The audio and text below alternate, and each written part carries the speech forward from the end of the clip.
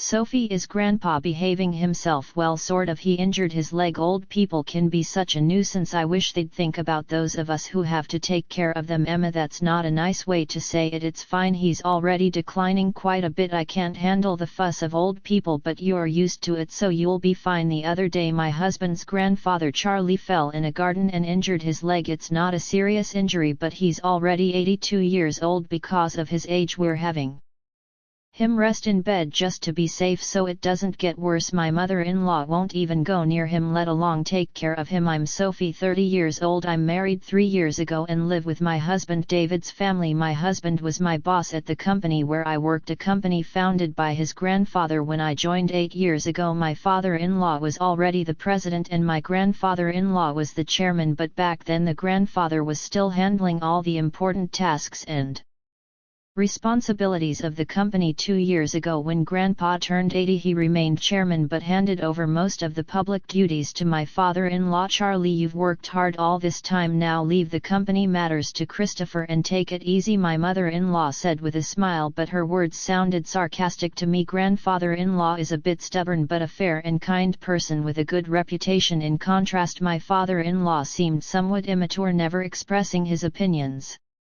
clearly and utterly unreliable compared to Grandpa, and he always does whatever my mother-in-law says. My grandmother-in-law has already passed away and I never met her. My husband and I started dating when we worked together on the same product planning team. 3 years after I joined the company, my husband energetically leading the team seemed reliable to me, though a bit self-righteous. Maybe I felt that way because I lost my father early and grew up with just my mother. My mother also passed away from illness 2 years ago, and now I have no family other than my Ines. Shortly after I got married, my mother felt ill and needed care, so I quit my job to take care of her. The fact that my husband's family didn't object was probably due to a single comment from Grandpa: it's only natural to take care of the mother who raised you alone. Don't worry and take good care of her. Thanks to that, I was able to be by my mother's side every day for a year without financial worries until she passed away. My mother-in-law seemed a bit dissatisfied, but I was truly grateful. However, since Grandpa handed over the company to my father-in-law, everyone's attitudes towards him have gradually changed. They no longer listen to his opinions as much, and I can't shake the feeling that they're treating him carelessly. At first I thought it was just my imagination, but watching my mother-in-law and husband's behavior, I can't help but feel that way. My father-in-law's attitude is non-committal, but it feels like he's ignoring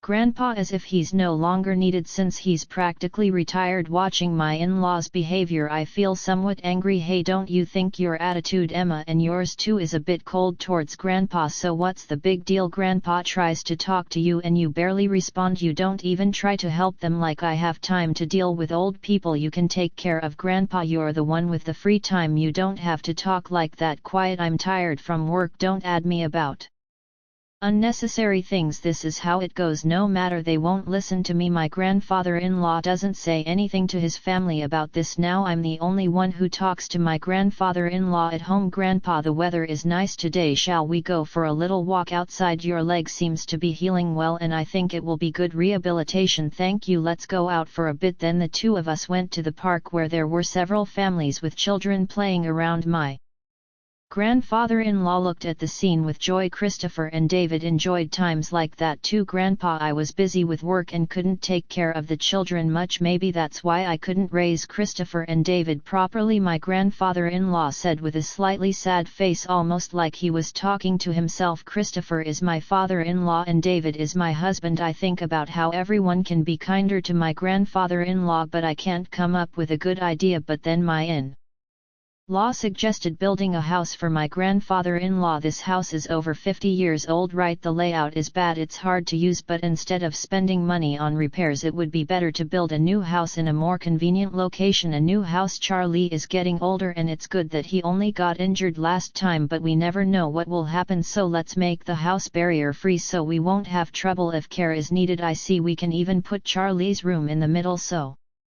Everyone can take care of him easily. Yeah, that's not a bad idea, right? So it's settled then. And Charlie, at the cost, if it's a house for all of us, I'll take care of it. Talk to Mr. Jones about the money. Typical Charlie. Thank you, we appreciate it. My mother-in-law smiled happily. It seems to me that they only flatter him when they want money, but if everyone takes care of my grandfather-in-law after moving to the new house, I thought there could be nothing better. Mr. Jones is the company's in-house counsel and also manages my grandfather-in-law personal assets. My grandfather-in-law liked his character and made him in-house counsel, and it's been nearly 30 years. He is 58 now and a person my grandfather-in-law trusts the most. I've met him several times and he seems to be a very honest person. He always cares about my grandfather-in-law health, and sometimes I think he's more like a son than his real sons. Having such people around my grandfather-in-law makes me feel a little relieved. I wasn't informed about the details of the house being built, but my mother-in-law seemed very cheerful and the three of them were looking at interior design magazines and discussing various things, so it seemed to be going smoothly. Then something unexpected happened. It was revealed that my grandfather-in-law had a debt of 1,820 th000. Wait, what's this about 1,820 th000? I exclaimed. My grandfather-in-law had become a CO signer for a loan for a friend's company, but that company was in trouble and a debt had become my grandfather-in-law responsibility. Wait, they not going to take the house? It's under construction, are they? Since the contract has already been completed and as Emma said, it's in the president's name, so it's fine. My mother-in-law seemed relieved at those words. Oh, thank goodness, I'm glad we did it my way. Listening to that conversation, I learned for the first time that the house was in my father-in-law's name, even though my grandfather-in-law had paid for it. Putting it in my father-in-law's name seemed just like something my mother-in-law would do. I also wondered why they didn't think of giving up the house to help repay the debt. Hey, this debt is Charlie's fault and it has nothing to do with us or the company, right? Well, it was signed in Charlie's name. All good, then there's no problem. I couldn't understand what was good about it, but since my grandfather-in-law didn't say anything during that conversation, I didn't intervene either. After all, it's not an amount I could handle. A few days later, my grandfather-in-law behavior began to change gradually. Grandpa, what would you like to eat for lunch? Who are you calling Grandpa? I'm only 50. You have no right to call me that. Sorry, Sophie, right? I was lost in thought. At first I thought he was just deep in thought, and when it happened repeatedly I began to feel uneasy. Emma, what are you doing? Where's my meal? Grandpa, I'm Sophie. Emma is your daughter-in-law. You ate your meal earlier, didn't eat? Are he trying to starve me? I wondered if my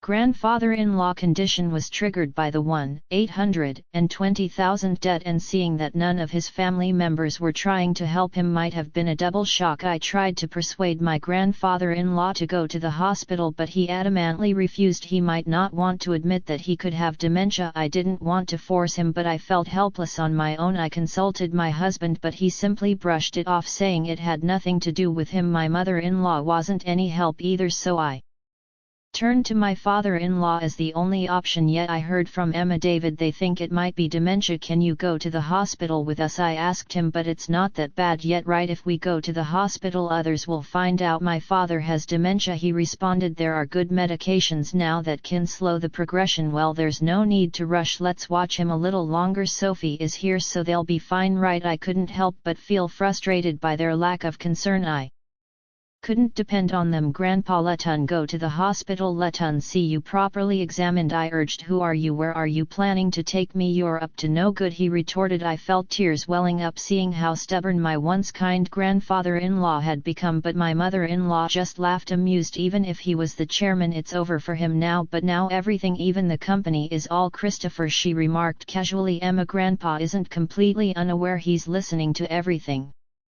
He'll forget everything soon. He'll start wandering, dribbling. Just thinking about it gives me chills. He's nothing but a nuisance now, I protested. How can you say that? Grandpa has worked hard for the family all of his life. My mother-in-law's words made me both angry and sad, but my grandfather-in-law just smiled. See, this old man doesn't understand anything, she added, laughing. Emma, I was furious at my mother-in-law's callousness, but soon the new house would be ready. Perhaps things might change once we move there since it's a house that Grandpa built. The family might show some gratitude and be kind to him. I couldn't completely abandon that faint hope, and 2 months later the house was finally built. For days I had been compelled to pack my in-laws and husband's belongings while my father-in-law and my own items remained mostly untouched. Even when I attempted to organize my things, my in-laws and husband kept assigning me tasks, preventing any progress. However, I reasoned it would be okay to relocate the smaller items later, since this house wasn't disappearing on moving day. After transferring most of the belongings, I went to call my father-in-law, but my husband intercepted me. You and Grandpa can stay here," he announced. "What, you can stay in his house? We don't need any extra baggage in the new house. In other words, you and Grandpa will live here from now on, and I'll give you Grandpa's debt too." "Well, you can at least be a housekeeper." "Hey, let's go." "Yeah, I'm coming. Good luck with all the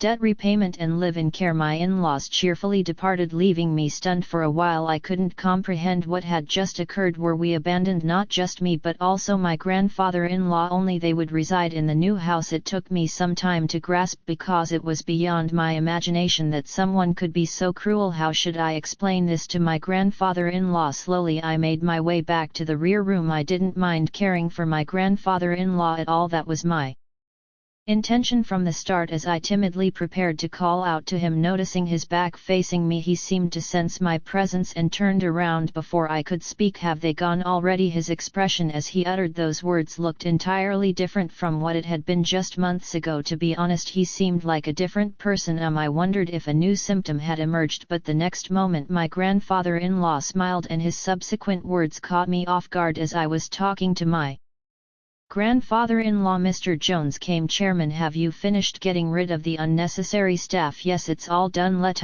go, shall we?" "Where are we going?" "Of course, to the new house." I left the house where I had been residing, guided by my grandfather-in-law, without fully understanding what was unfolding. The following month my mother-in-law and husband bombarded me with countless calls. My grandfather-in-law declared he wouldn't entertain their calls anymore, but I answered my husband's call due to the looming divorce. "Hey Sophie, is Grandpa with you?" "When I went to the old house it was up for sale. It's not worth $1,820,000, so you can't repay the debt." "Is that why you did that?" my husband interrogated. "What do you mean?" "Put Grandpa on. Dad said he can't get in touch at all. That forgetful old man has done something outrageous." I knew what he was referring to, but I wanted to hear my husband's side of the story. Grandpa sold the company's stocks to the executive director. Thanks to that, the executive director became the largest shareholder, and a shareholders meeting and board meeting were held, resulting in Dad being dismissed as president. But the executive director is well liked, and maybe Grandpa thought it was better to hand over the company to him. The executive director must have deceived the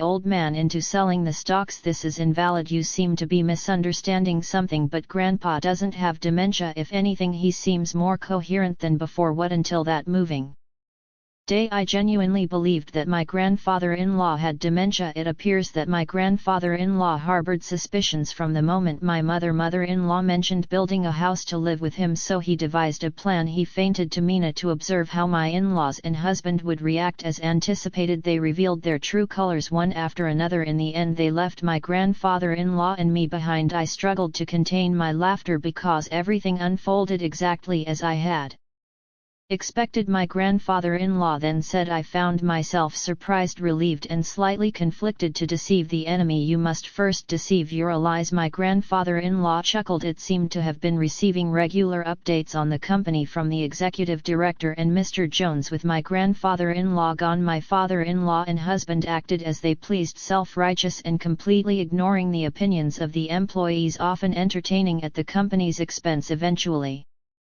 my grandfather-in-law handed over the company to my father-in-law, but he harbored concerns about the future, leading him to take decisive action. In the end, he decided he couldn't entrust it to his son and left it to the executive director. I explained. "What about the $1,820,000 debt?" my husband inquired. "That's gone now," I replied. Indeed, my grandfather-in-law had been a guarantor for a friend's dad, but he had personal assets exceeding that amount. However, I deliberately omitted this information to Avoid my mother-in-law and husband targeting those assets. The friend was the son of a benefactor who had helped my father-in-law when he was young. Moreover, the countryside land owned by the son was going to be developed into a resort, allowing him to sell it at a high price. I explained further. You're kidding, my husband exclaimed. More importantly, are you guys okay? I asked, concerned. We're not okay. Both my father and I were denounced by the company. What should we do now? My husband lamented. What?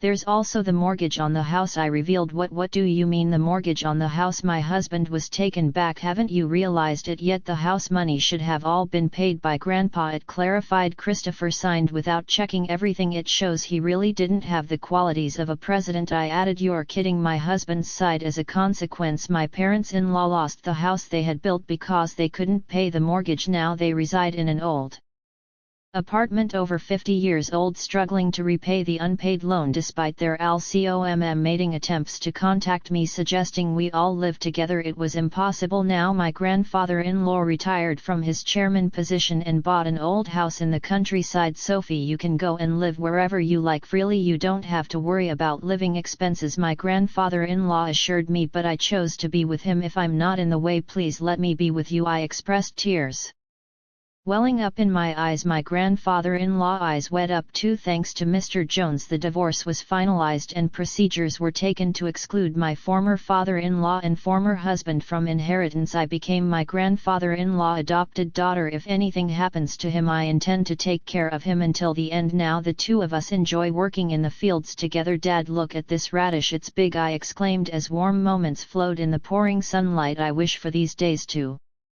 continue even just one day longer.